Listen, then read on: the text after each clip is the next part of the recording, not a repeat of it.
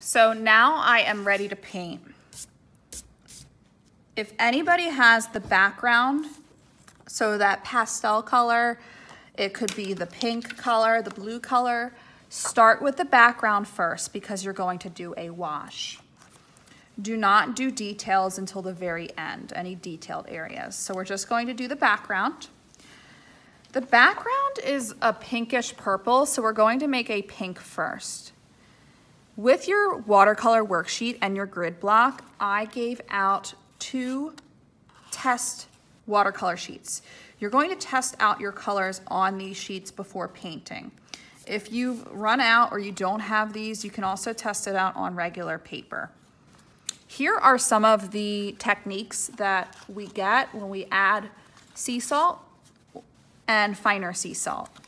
This is the technique that I got with regular salt. So I know that we tested out watercolor techniques a few weeks ago. Different types of salt can create different effects. Anybody that has the background in their mural block will be using salt to create a nice textured effect like the background has. So first I'm going to start with water and a fluffy paintbrush. Okay, so I'm going to make a nice pinkish purple. So I'm just gonna dip my paintbrush in the water and I'm going to grab red. We need red to make a pink. So I'm grabbing some red. You want to make a good amount of red, so I'm going to continue to dip it into the red. All right, so that is red. If I take some water and throw water in there, it'll lighten it up. Just gonna test it out. That is much too dark for our background. I'm gonna add some more water and I'm going to add some more purple. So I'm going to grab some purple, put some purple in there. Just gonna test that out. That's looking a little better. Okay, so I have a pretty good color set down there. It's still a little bit too dark, so I'm just going to add water to my whole paper. This is called a wash, and we learned this technique a few weeks ago with our watercolor techniques. So I'm just going to paint water everywhere that I have a background. So take your fluffy brush, and my water is a little bit red because I cleaned off my brush. So you want to paint absolutely everywhere. The paper that I handed out to all of the hybrid students, it will not crinkle. It is cold pressed watercolor paper. Be very careful around the edge of any details if there's no background there.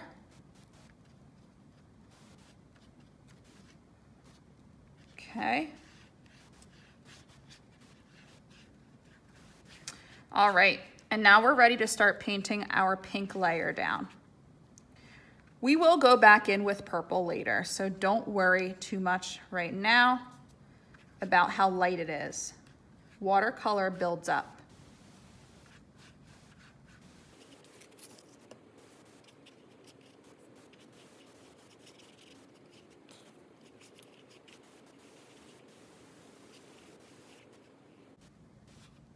If you get any color on areas that should not have that color, you should be able to take a paper towel and just blot it, and it should pull up.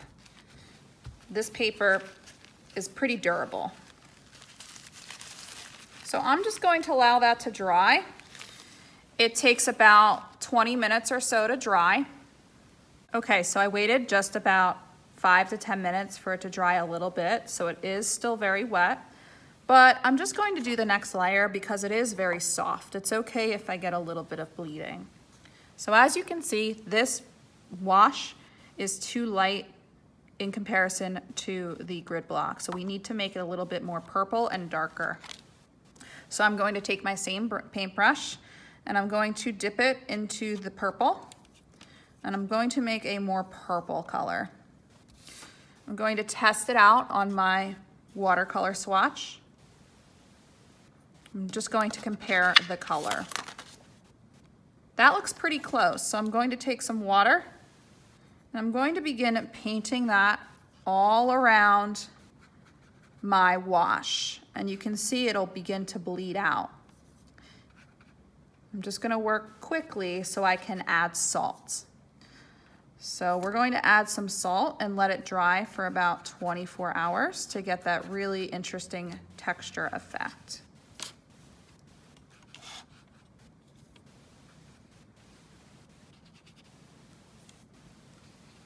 You run out of your color, feel free to make more and then test it out on your swatch. So I'm just gonna make a little bit more purple with a little bit of red. Clean your brush, test it out. I like that color, this reddish violet. Just gonna throw some of that in there. You wanna paint to the very edge near your grid blocks. Remember, I will be cutting the numerical and the alphabetical values off to include your painting in the mural. All right, while it is wet, we are going to throw some salt down and let it dry for about a full day. So you want to kind of leave it in place if possible. All right, so in class I have some thick sea salt and we're going to put it all over the areas that we've painted.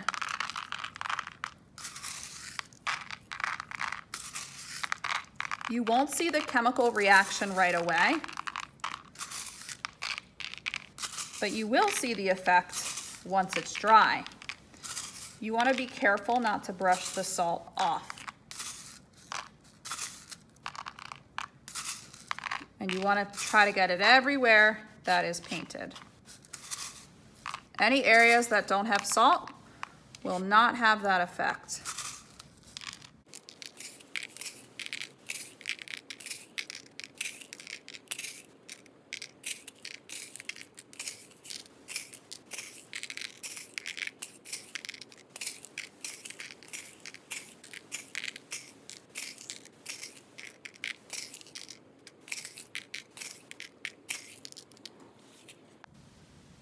It's been about a full day since I've painted the background and applied salt. Now I'm going to brush the salt off and see if I need another layer. It's looking a little light in comparison to my mural block, so I might have to do another layer of watercolor to deepen the color.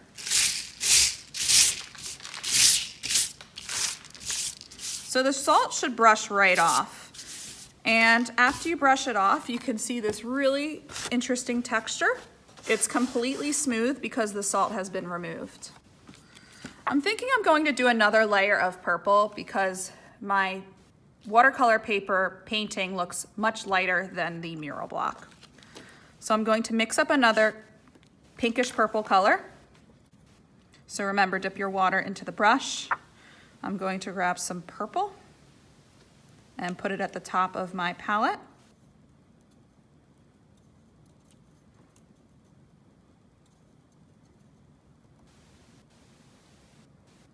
Okay, maybe I'm going to test it out on my swatch.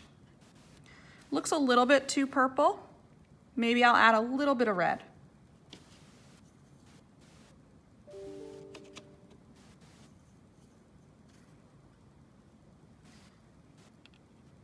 Okay, that looks closer, this reddish purple, closer to the original mural block. So I'm going to start applying that now.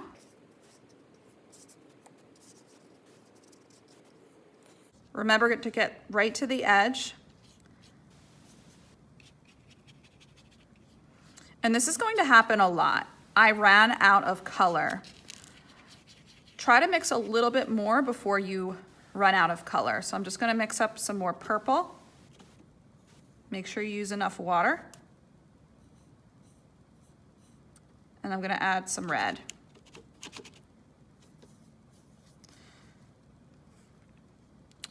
That looks really dark, so I'm going to add some more water. Test it out. That looks pretty good.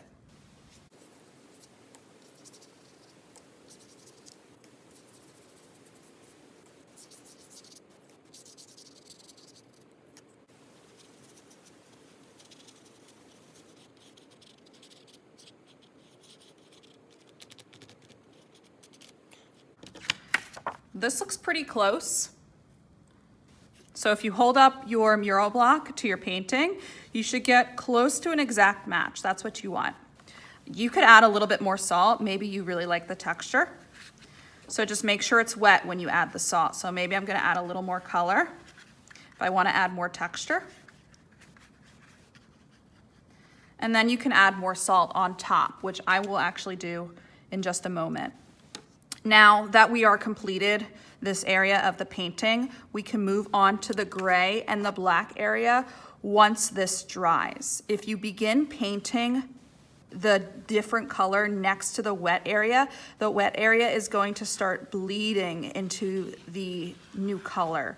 So you wanna wait at least 30 minutes or so, or the next day. You wanna make sure this is all dry, the color next to the new area that you're about to paint. So again, allow this to dry, and then you can paint this area, this gray area next.